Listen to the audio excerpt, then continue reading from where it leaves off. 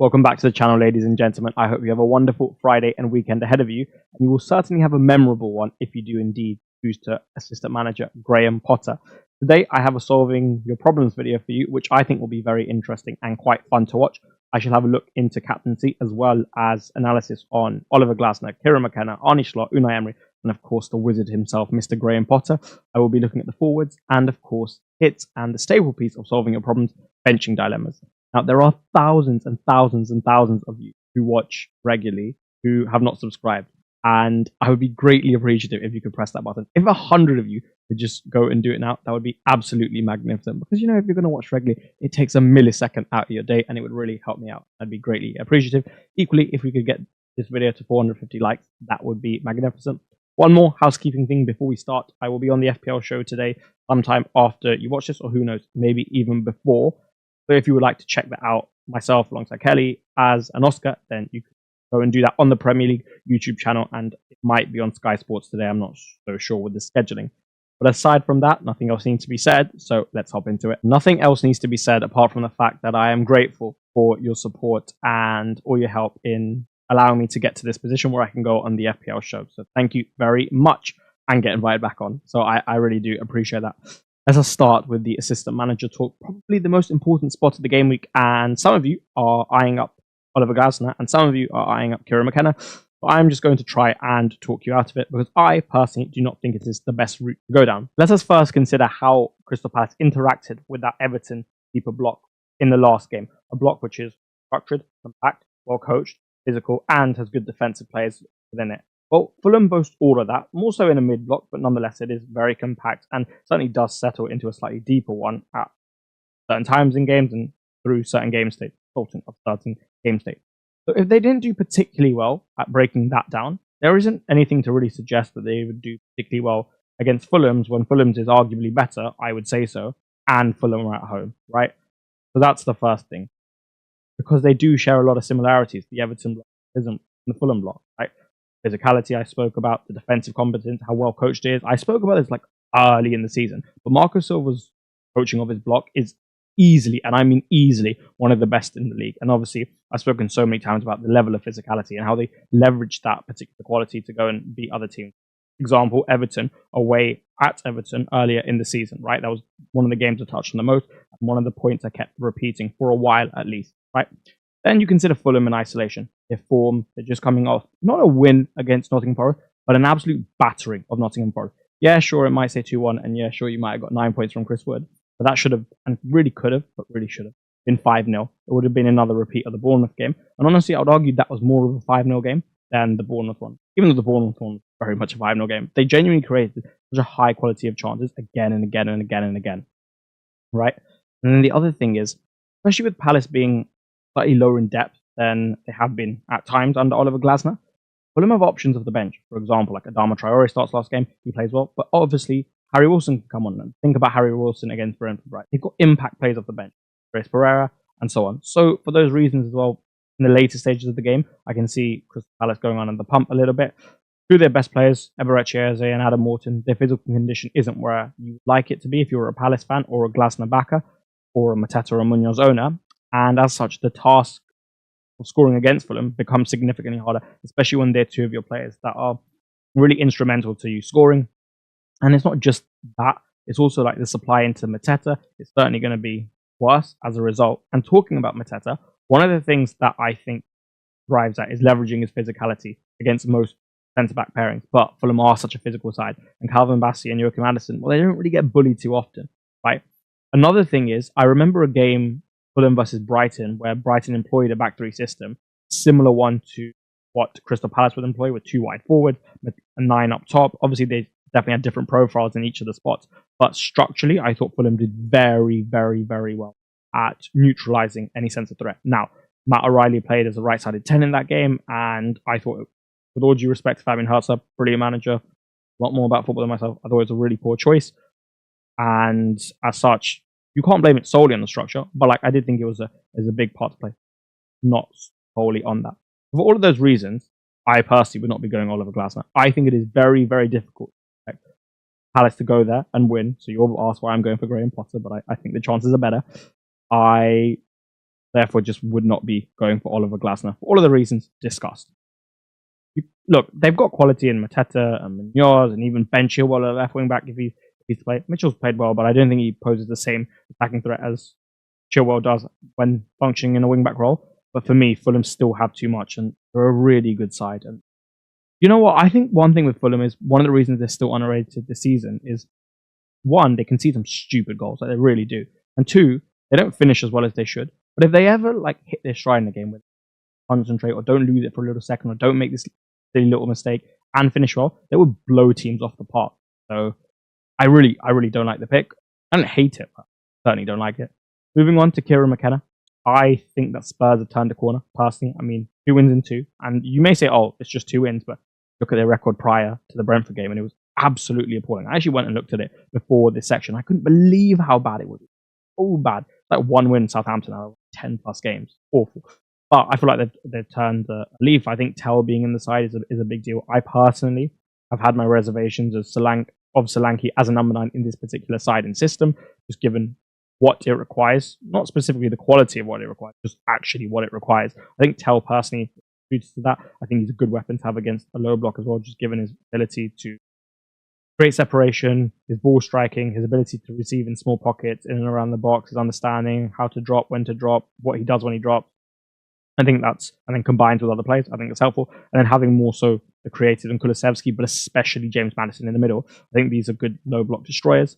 And for all of those reasons, on top of the fact that they've picked up a bit of form, there'll be a bit of momentum. Jed Spencer's playing so well as well. And if he has the task of defending Amari Hutchinson, I think he'll do quite well. I mean, he came out on top against Brian Mbeumo, right? So with all due respect, and I bigged up Amari Hutchinson on his channel, I think he should say him as well there. And yeah, I know it's at Ipswich, but I think the fact it's a 3 o'clock game takes away from that just a little bit. Yeah, for me, I wouldn't do this because I think Spurs win. I think they've got so much quality, and they do. Like Son, Kulusevski, Maddison, a lot of quality. It really is. Not to mention like Bergvall as an example, and then even like Jed Spence going.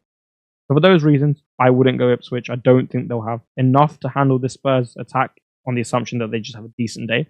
And yeah, on this channel, I have only ever, and will only ever, and am only ever going to suggest what I think is going to improve your rank and well in the game week and in the season, and try to help you as much as possible in that sense. So when I think that someone is the best pick, especially at such a low ownership, I'm going to bang on about it a little bit because I genuinely think that this is what is going to help you most. Now, it could very well be the case that this doesn't pay off, and so be it. That's fine. No problem. But at least I would have fulfilled my duty of proposing to you what I think is the best, even though many, quite literally thousands of you will not like it. So again, I shall delve into some more analysis because I have a few more things to say and just clarify and re-emphasize. Firstly, as I expressed in the last video, I think they go to their big game 5 at the back structure, and I think that is a lot better for them, given the lack of particular physical profile in midfield. Watch the game against West Brentford, watch a few of the highlights, and see how many transitions they conceded in the first half, and see resultant of not just like the structure and the positioning of the players, but more so the lack of certain physical type of profiles, why they ended up conceding so many chances. And it really is resultant of that. But with their 5 at the back structure, where they start deeper, where they have more men behind the ball anyway, you're just not as likely to concede it, just given where the players are placed and the structure and the lesser need for a certain level of physicality. For example, if you played imagine you played a 2 at the back, right? Like you actually played 2 at the back. Every time that ball gets played over the top, your centre backs would have unbelievably athletic and physical in those wide channels. Whereas if you have like a 10 at the back, it's not really that big of a deal because there's someone to cover each and every space. They just have to move laterally as opposed to moving like diagonally, almost at different angles, etc. So that's a big thing. So I think the 5 at the back really improves their defense, and you must view them in a different light as such. Talking about this system, it does a few other things. It puts Aaron Wan-Bissaka and Emerson in more advantageous positions to get attacking returns, and I think they've got the necessary quality to essentially profit from what they've been given, especially Emerson. Even Wan-Bissaka, not only is he decent in the overlap, but coming inside into the half space, he is able to combine. A goal I remember is one against Crystal Palace, like really early on in the season, in 2 or 3, where he did magnificently well in that sense. So I think this is a decent threat and route for them to score goals. Then, I obviously spoke about the defensive transitions being less of a problem in this type of system. but also Bowen and Kudus functioning as inside forwards. I think when you have the quality of Bowen, that really helps whenever he's going to function in these areas, especially Kudus. Instead of having him like wide on the left, have him now in the middle. And this is a guy who can take the ball on the half turn in deep areas and drive and carry and get you up the pitch. And then he's got the necessary quality and the physical capacity to produce after a long run. For any of you who ever play football at any level, you will know after a long carry, it's actually very difficult to get off the action that you like at the level you would, due to the physicality required beforehand to complete that action. But he's got that, so I think that's really beneficial just in terms of West Ham's transitions, which will be heavily reliant on, but just also in more chaotic, reduce a lot of transitions anyway. And then you just look at the front line in general, as I speak about there. Evan Ferguson, who probably gets the nod now given Lucas Paquetá is out. I would love Lucas Paquetá to be there. I thought initially it was a blessing in disguise. It still could be, but Paquetá was there. But regardless, Bowen, Kudus, Ferguson, that is a front three good enough to score against anyone in Europe. Now, is it the best front three in Europe? No. Is it good enough to hurt anyone? Absolutely, without a shadow of a doubt. That is a side. That is like a front three that if United could swap with, I think they should and would swap in a heartbeat. On the assumption they could keep Bruno Fernandes as well, right? And you will maybe say, yeah, United are 15th, so on, but like big club, massive, arguably like. So for all of those reasons, I think they've got the necessary components to score against Arsenal. I think they can score against Arsenal.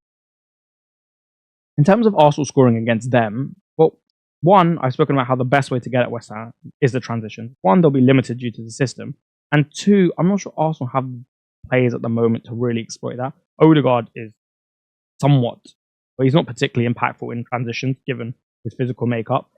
Ethan Nwaneri, I have nothing negative to say about because he's a footballer, right? But he's still 17. Like the body's, to be fair, the body is so developed. I have nothing negative.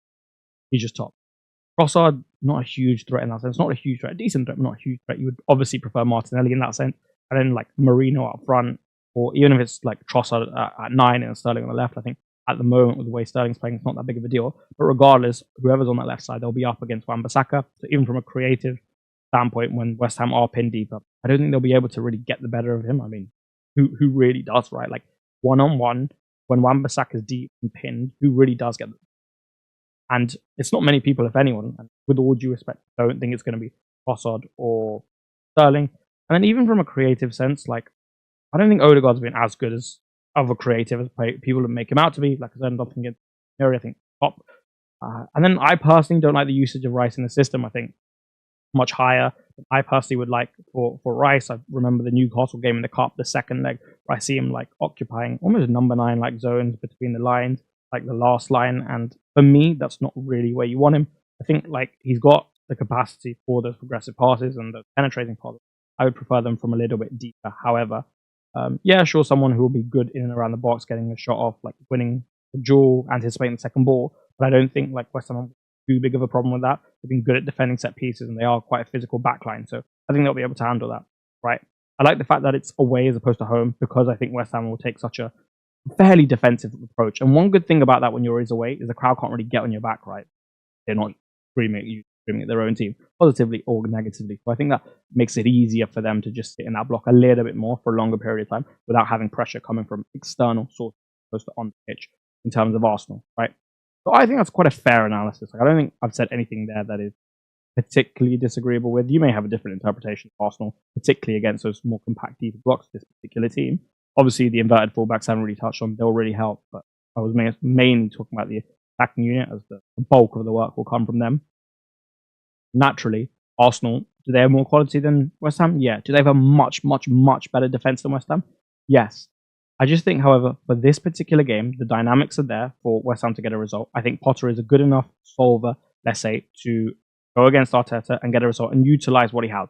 Is this a slam dunk? By no means. And is it even likely to happen from a probabilistic standpoint? No. Like, all you have to do is go and look at the bookies odds, which over a course of a season be quite accurate. But when it comes to the assistant managers, I think it is far better than it is perceived to be when you look at the bookies odds and statistics. And I think he's better than all of the other ones. So for me, I'm going for it. I hope that was a good enough pitch to get you on it, especially if he ends up winning. You know, it will be quite something if he does ends up winning. It will actually be the greatest assistant manager play ever if he ends up winning. You could say it's only been going for 3 weeks, but that doesn't make the statement any less true.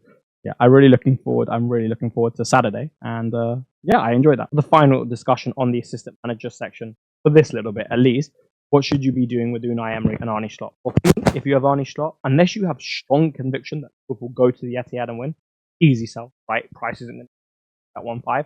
And I think you just take on one of the table bonus managers, or maybe even just go to like an Emery if you have strong conviction Villa win, or likewise Hertzler away to Southampton. I mean, say they win 2-0, you still get 10 points. That's a brilliant result, right?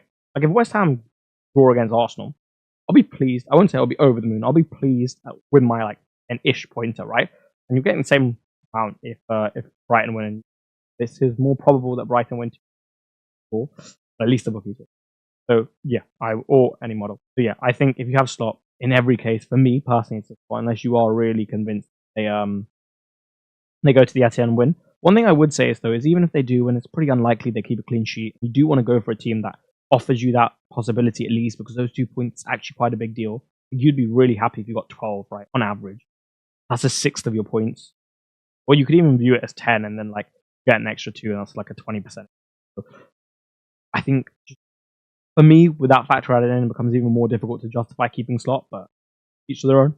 Unai Emery, I think if you have strong conviction at Villa win, you fancy saving a transfer, you think they can keep a clean sheet, which they can, I think it's cool.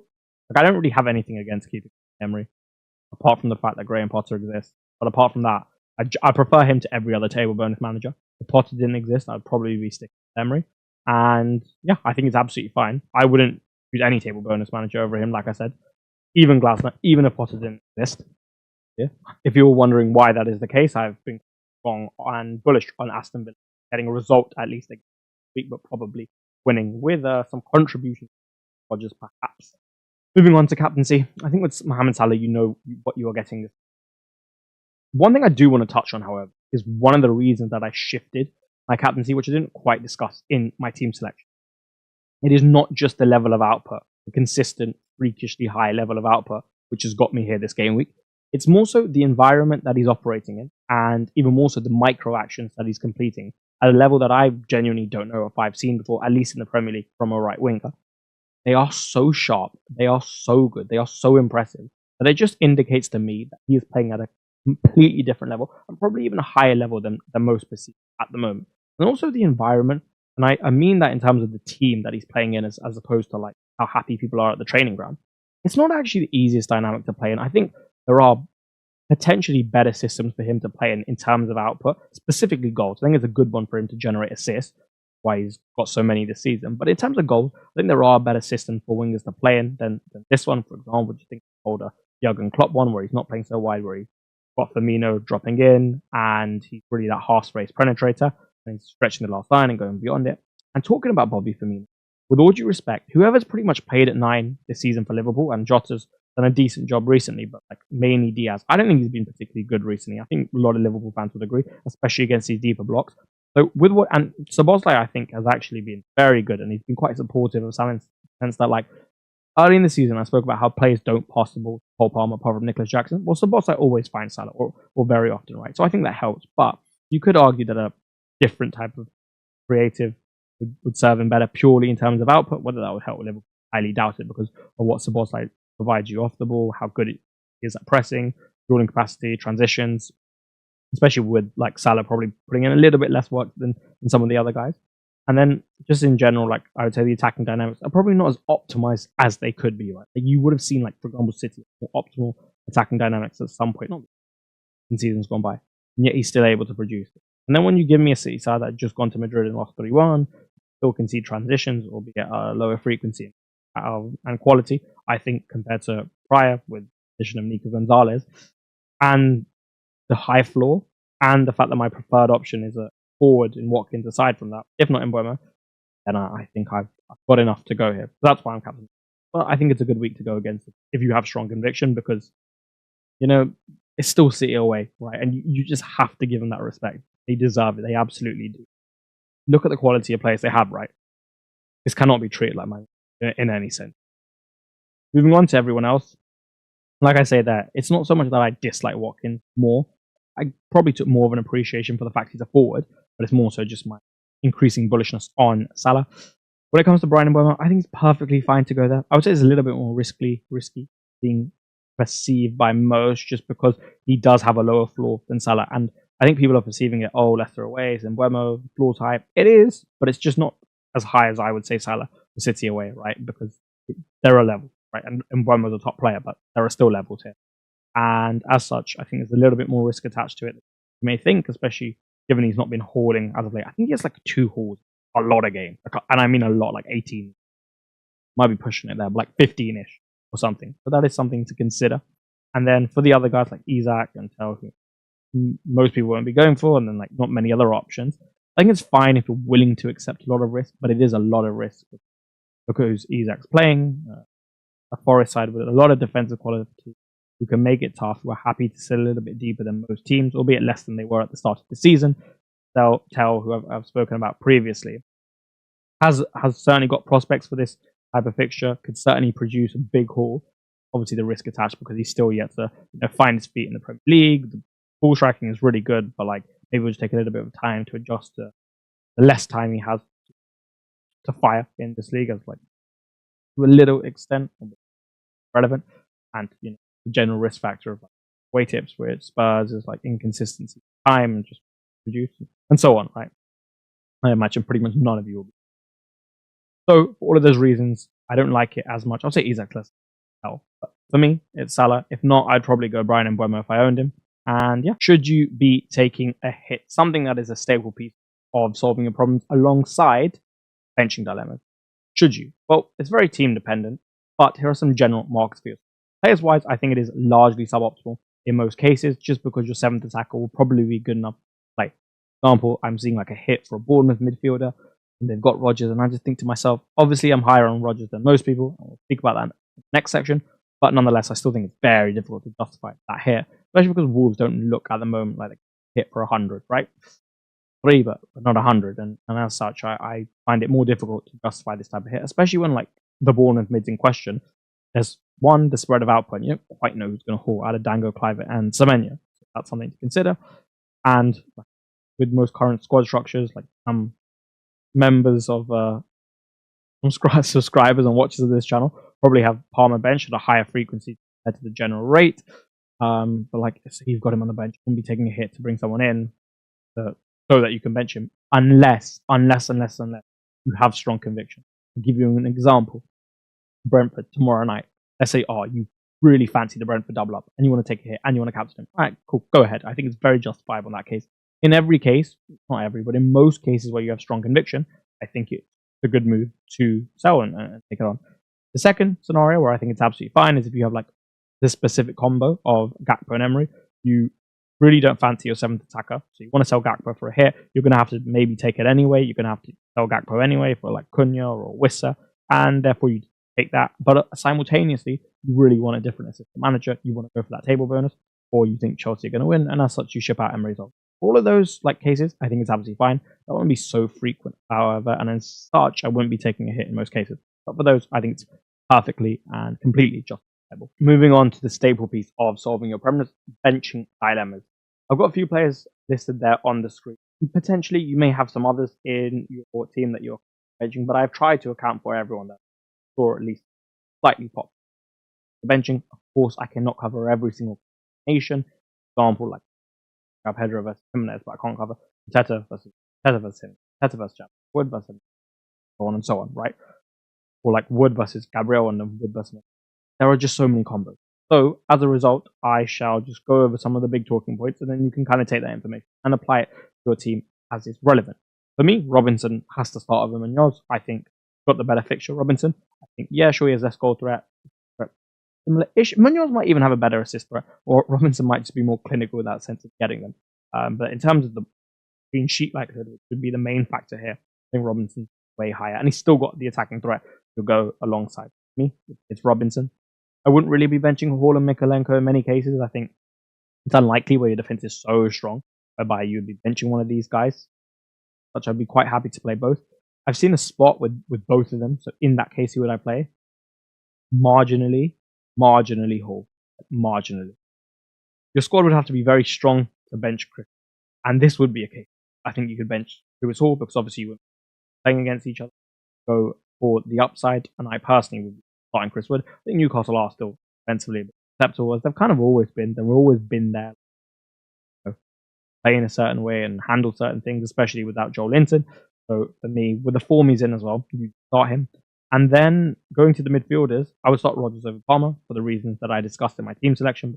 In a quick roundup, I essentially think one, personality-wise, he's the type to rise to this type of big occasion and game, and two, well, this I didn't talk about yesterday, but one thing that happened with Colwill and Rodgers in the return fixture is Colwill would follow Rodgers all the way, so that Rodgers was constantly facing back towards goal and can never really turn and explode and utilize those brilliant carries of his. If he does this time with the fact that we've only got Caicedo as our main defensive unit within midfield, I think with the quality Villa have on the ball now, for example, let's just say Rodgers comes in deep, Colwill follows him all the way.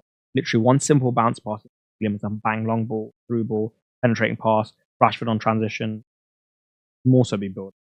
But Rashford in behind, Asensio on one side, Watkins over the top as well. I just think there's more roots out of it this time, right? We'll have the necessary quality to play out of that and deal with this dynamic. Not to mention just Rodgers in general in open play. I think he's been very unfortunate not to get a return. And the 5 blanks in a row are no way indicative of the performance level. There's been much higher than that, and also the threat level, not just the performance level.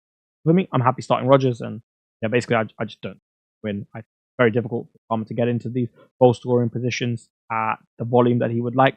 Maybe with his number 9 runs beyond the last line, there's the potential for this. But especially without Madueke now as well, not just the fact that it's Josh Jackson gone, I think for us to create chances in this game will be somewhat difficult. It'll be aided by the fact that Villa are to probably be out without Nana and Kamara, but also just the way they play. I think that will help. But Brighton play in a fairly aggressive manner, and Brighton offer you a similar type. You can transition on them, they'll do hurt them. Look what we did. We had a single shot on target in the whole game. Right? But I still prefer him to Bruno Fernandes as a massive Man United fan at the moment. And then I think Mateta can be benched. That's how confident I am in Fulham. I wouldn't say it's I'm all the way there, but I'm quite confident. I don't think it's that bad of a play. Because like I said, I think the centre backs can handle him quite well. Obviously there'll be a lot of cases where you don't need to or you're not able to bench him. I'm quite happy to bench him. One interesting one would be what would I do between Mateta and Palmer? By the way, I would start Wood over Mateta. When it comes to Jimenez and João Pedro I don't think it's going to start, albeit to reintegrate him. I would start Jimenez over Mateta. Would I start him over Wood? Even though that I think Forest are going to lose and Fulham are going to win, I still wouldn't, because Fulham have a bit more spread of output and Chris Wood.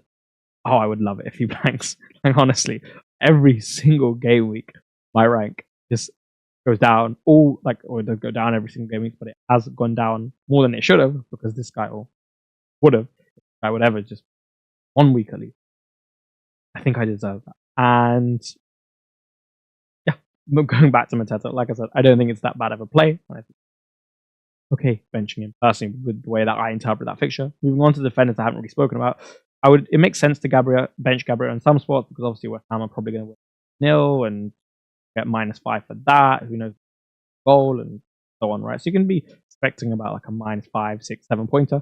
I'm just going to start him to balance it out, because if I have Graham Potter without a balancing factor, I feel fair on you guys. And then when it comes to Trent, this is a tough one. I think in most cases I bench because I think City score, but it's also it's a Trent type of game to get an attacking return, right? So I don't think it's as much of a benching as is being made out to be. Yeah, that's my roundup of the benching dilemmas. Moving on to a category which has certainly become more popular and there's been certainly more demand for their assets as of late, particularly game week forwards. Marmoush coming off fresh off a hat-trick in the last Premier League game. At least I think if you're comfortable making your route to Haaland more difficult, it probably does. Probably, not in all cases, probably does. Slash not giving yourself an actual route into him. Obviously, you can always have a route into every player, but one that is actually feasible. I can get on board with it. I don't love it. I like it. I think when you have a runner who's got good ball striking against Liverpool, that's one of the better weapons to generate returns. Obviously, him as well, brilliant player. And he's got the necessary quality in other departments to certainly thrive and returning against Liverpool. Forest might be a little awkward for him just because that type of game, I think, needs to develop the small space pocket, inside, channel, midfield type of play, because that's just not really his game, and he's being tasked with playing in addition to what he did earlier in his career in the Bundesliga. And as such, I'm not sure the fixtures are brilliant for him in terms of that one. I think Spurs and There's just something to consider just about that particular fixture. Like I said, I don't love it. I like it enough. Like, I think if you want to go there with strong conviction, by all means, I think it's a bit of an unnecessary risk to take when some of these other guys exist, and I wouldn't, but I still like it. Cunha, that's all I have to say. He's Cunha, right? I've said it so many times. Like, I give the same analysis on the guy again and again, because like he's just brilliant. Right? You know that. There are very few negatives. All of them associated, with all due respect, have not really got anything to do with him. He is just brilliant. I think the fixtures are fine because at least the Fulham one's at home. I think he can generate returns against Bournemouth, especially with the way they play. He himself is an enormous transition carrying, and I've just done it so many times. Like, you can get the gist now. There's probably no point. It's just like it's a 7-point goal if he scores, right? You don't get that pretty much anywhere else. Even Chris Wood's not as him on the bonus. Yeah, I'm like trying to say more about Cunha, but I feel like it's just wrong because it's so obvious. It is literally so. He has a fixture in 29. Fixtures are pretty good. Okay, fine, they're not great, but pretty good in the short term. Good enough at least when you combine the medium. But yeah, that's enough on Cunha. Wissa, I think, is underrated. On the assumption you interpret Brentford's fixtures positively, for example, like people have different views. Not so much Leicester away on Everton, Villa at home, and Bournemouth away, which I interpret fairly positively. I would say if you can do that, and you can also interpret the performances as of late and his performances as of late positively. Underrated purchase, especially given the short-term upside. Let's say you just really fancied him. Hit 16-pointer, even a 13-pointer, even a 12-pointer, even an 11-pointer against Leicester. And then, the other guy that you were thinking of blanks, well, all of a sudden you've got 9 points. And if you wanted to hit him out to get the other guy, like, I don't know, let's say Cunha, you want him next week, for example, like so much more. Well, then at least you're up on the thing. You'll have your desired state, right? So, like, I genuinely do think this underrated asset, especially when he plays in 29. Mateta, I wouldn't, just unless you're on free at 29. I think strategically it doesn't make too much sense. Transfers not particularly efficient, potential hits, and it's not just that. Like, I don't really like this fixture as you would have seen. At 28, I can get on board with it more so, but like even 30, like you can just wildcard in 30 and then triple captain 32, bench 33 at 34, as things stand. For those reasons, I wouldn't. That is everything you need to know in solving your problem. That is all she wrote for this video, ladies and gentlemen. I really enjoyed it, unlike the team selection. A lot to do with that was resultant of my physical condition, but this one I felt like it was really interesting, felt like it flowed, felt like the analysis was. And as such, I hope you enjoyed it. If you did, drop a like on the video. 450 likes is the target. Who knows? Because I enjoyed it so much, let's try and get it to 500. It's also like 3 a.m. and it's like my 4th recording of the day. I feel like that deserves a like, and I think it also deserves a subscribe. 7,000 subscribers. We could hit that realistically if all of you who watch regularly and who are new viewers around it subscribe, right? And it is 3 a.m. and it is my uploaded. And yeah, I would appreciate it. Like I said, I will be on the FPL show today as well. So if you would like to check in on that, then by all means, please do. It would be great. And if you could drop any support on that, if you enjoy it, that would also be great. That's it. That is it. I wish you the best of luck for the game week. It's going to be a swing. It might be with the most swingy one we've had with all the different assistant managers. Like, think about it. McKenna, Glasner, Wizard, Potter himself, Arteta, Slot, Emery, and there's probably going to be others as well. So it will be a really swingy game week. Try to manage your emotions. My opinion. I view everything positively because realistically, no event is bad. It determines. But it's for another day. Have a wonderful weekend. Good luck, and I shall see you for transfer plan shortly.